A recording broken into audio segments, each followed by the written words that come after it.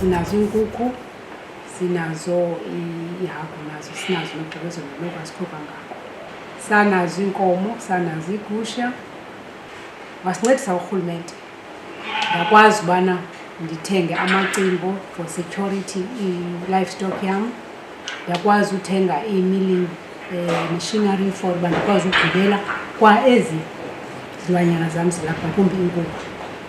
Ndakwazi ukuthenga amantshontsho ngokwangoko ndandingabi nazo the machines zokubana ndithenga amaqanda kuqala, because ngoku into endiyenzayo ndiqale ndithenga amaqanda from iqanda ndiyophuma up to inkukhu ide ibe yaxhelwa, okanye inkukhu ide ibe iphuma ileyisha amaqanda, fertile and table eggs.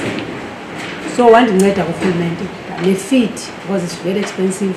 Ndake ndafumana especially ngeli xesha le-COVID, because the business yehla kakhulu.